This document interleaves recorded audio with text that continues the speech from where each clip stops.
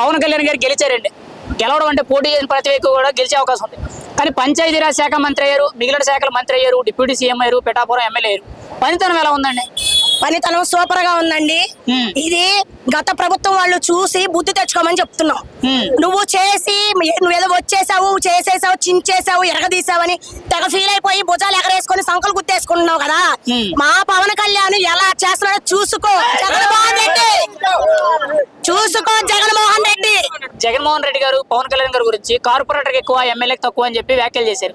మీరేమంటారండి దాని గురించి? ఆడు కార్పొరేటర్ కూడా పనికిరాడు, ఆడు కార్పొరేటర్ కూడా పనికిరాడు. వాడు అన్ననేమనుకో మాకండి జగన్మోహన్ రెడ్డి గారు, మీ నాన్న కేడర్ను పెట్టుకొని నువ్వు సీఎం అయ్యావు అంతే తప్ప నువ్వు ఆయన రాజశేఖర్ రెడ్డి లేకపోతే నువ్వు కార్పొరేటర్ కూడా పనికిరావు. నువ్వు జనానికి కూడా ఎవరో తెలీదు. ఏపీ ప్రజలు నిన్ను చూసి నీకు ఓటేయలా, మీ నాన్నను చూసి నీకు ఓటేశారు. అది గుర్తు పెట్టుకొని మాట్లాడండి జగన్మోహన్ రెడ్డి గారు. ఏంటి అర్థమవుతుందా మీకు?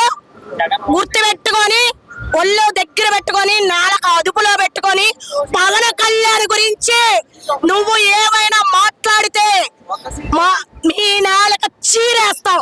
ఒళ్ళు దగ్గర పెట్టుకొని మాట్లాడి నిన్ను పవన్ కళ్యాణ్ చదం పాతాలని తొక్కేస్తానని నేను చెప్పినా గానీ నీకు సిగ్గు లేదు. మళ్ళీ మళ్ళీ మళ్ళీ వస్తానంటావు.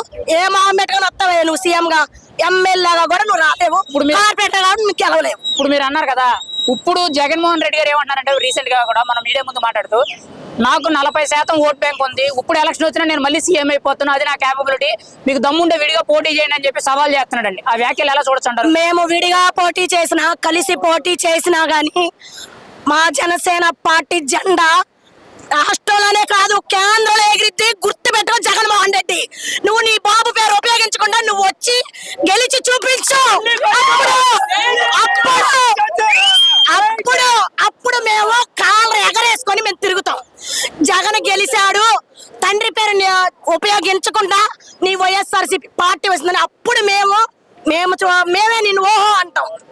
ఆ జగన్ అంటాం, ఓహో జగన్ అంటాం. నీకంత సీన్ లేదులే గాని మూసుకొని పక్క రాష్ట్రానికి వెళ్ళవయ్యా నువ్వు. ఇప్పుడు వైఎస్ఆర్సీపీ పార్టీ గతంలో అధికారంలో ఉన్నప్పుడు కూడా ఎంతో మంది పవన్ కళ్యాణ్ ని నీచాతి నీచంగా మాట్లాడారండి. ఒక విధంగా మనలాంటి వ్యక్తులు అయితే సూసైడ్ చేసుకునే పరిస్థితులు కూడా వస్తాయండి. మరి ఆ స్థాయిలో ఉండి కూడా అంత నీచమైన మాటలు విని కూడా ఆయన ఎలా భరించారు? ఈ రోజు ఆయన గెలుపు ఎలా ఉందంటారు? ఏమండి అవన్నీ విని కూడా ఆయన తట్టుకొని నిలబడ్డారంటే ఏపీ ప్రజల కోసం. మనకి దేవుడు ఎలా ఉంటాడో తెలీదు, ఆత్మస్వరూపి అని అంటూ ఉంటారు కదా, అది మనిషి రూపంలో పవన్ కళ్యాణ్ గారిని మనకు పంపించాడు ఆ దేవుడు. అర్థమవుతుందా? అన్ని సహిస్తేనే భగవంతుడు కదా. అందుకే అన్ని సహించి మన కోసం డిప్యూటీ సీఎం అయ్యారు. సీఎం అవ్వచ్చు, కేంద్ర మంత్రిలో ప్రధానమంత్రి కూడా అవ్వచ్చు. అది నువ్వు చూసి మరి నువ్వు ఇప్పటికే నీకు పిచ్చెక్కిపోయి ఆల్రెడీ మందులు తింటున్నావు. ఇంకా ఏమవుతావో కూడా మాకు తెలియదు. ప్రధానమంత్రి అయితే ఇంకా రోడ్లు పట్టుకొని తిరుగుతావేమో, మరి మేము చూస్తూ ఉండాలి. ఇప్పుడు మాట్లాడుతున్నాడండి పోసాని కృష్ణమురళి, బోరుగడ్డ అనిల్ అని చెప్పి పార్టీలో పెద్ద నాయకులు అని చెప్పుకోలేం, అలా అని చెప్పి బాగా కింద నాయకులు అనుకోలేం. వీళ్ళందరూ కూడా గతంలో పవన్ కళ్యాణ్ ని తిట్టడం పక్కన పెడితే కూతుర్ని, తల్లుల్ని, భార్యల్ని, అంటే ఒక ఆడ జన్మ ఎత్తిన ఒక ఆడపిల్ల కూడా అసహించుకుని అంత దరిద్రంగా మాట్లాడారని అందరికీ తెలుసు. ఇది మనం మీడియా ముఖంగా మాట్లాడుకోని అవసరం లేదు, అందరికీ తెలిసిన విషయం. మరి అటువంటి వ్యక్తులు ఇప్పుడు అరెస్ట్ చేస్తుంటే మమ్మల్ని అక్రమంగా అరెస్ట్ చేశారంటారు. మీకేమనిపిస్తుంది ఒక సాటి మహిళగా వాళ్ళని తిట్టినప్పుడు కానీ ఇప్పుడు జరిగిన పరిస్థితులు బట్టి? అయ్యా మీకు వైఎస్ఆర్సీపీ వాళ్ళందరికి ఇంట్లో ఆడపిల్లలు ఉన్నారుగా, మీకు పెళ్ళాలు ఉన్నారుగా, మీకు చెల్లెళ్ళు ఉన్నారుగా, మీకు తల్లిళ్ళు ఉన్నారుగా, వాళ్ళనే మీరు లెక్క చేయట్లేదు. ఇంకా పక్కింటి ఆడవాళ్ళ గురించి మీరేమి మర్యాదగా మాట్లాడతారయ్యా? మీ ఇంట్లో ఆడవాళ్ళకి మర్యాదలు ఇచ్చి అప్పుడు మీరు పక్కింటి వాళ్ళకి మర్యాదలు ఇవ్వండి అయ్యా. వాళ్ళకి చేత కాదండి ఇంట్లో మర్యాద ఇవ్వండి, పక్కింటి వాళ్ళకి మర్యాదలు ఇస్తారండి? వాళ్ళకి సిగ్గులేని జన్మ.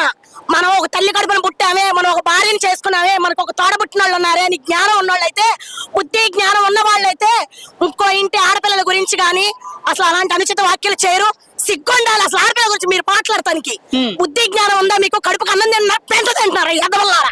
మరి ఇప్పుడు వాళ్ళ అరెస్టు మా మీద అక్రమ అరెస్టులు చేశారు, కూటమి ప్రభుత్వం కక్ష సాధింపు, రెడ్ బుక్ అనేటట్టు ఏవేవో మాట్లాడుతున్నారండి. ఇప్పుడు వాళ్ళు అరెస్ట్ చేయడం మీద మీ ఒపీనియన్ ఏంటండి? అరెస్టా ఎన్కౌంటర్ చేసినా తప్పలేదు అట్లాంటి ఎదవల్ని. ఒక ఆడపిల్లల్ని నీచాతి నీచంగా ట్విట్టర్ లో పోస్ట్ చేస్తున్న సిగ్గుందా మీకు అసలు? వాళ్ళ ఆడపిల్లలేగా, మీ ఇంట్లో ఆడపిల్లలు ఉన్నారుగా, మీలాంటి వాళ్ళని ఎన్కౌంటర్ చేసేయాలి. వాళ్ళని రేప్ చేశారు, వీళ్ళని రేప్ చేశారని వాళ్ళని ఎన్కౌంటర్ చేయడం కాదు, రేపు కన్నా దారుణం మీరు మాట్లాడే మాటలు, రేపు చేసిన దానికన్నా అతి దారుణంగా మాట్లాడుతున్నారు మీరు. అసలు మిమ్మల్ని ఉరి శిక్ష చేసినా సిగ్గులేదు.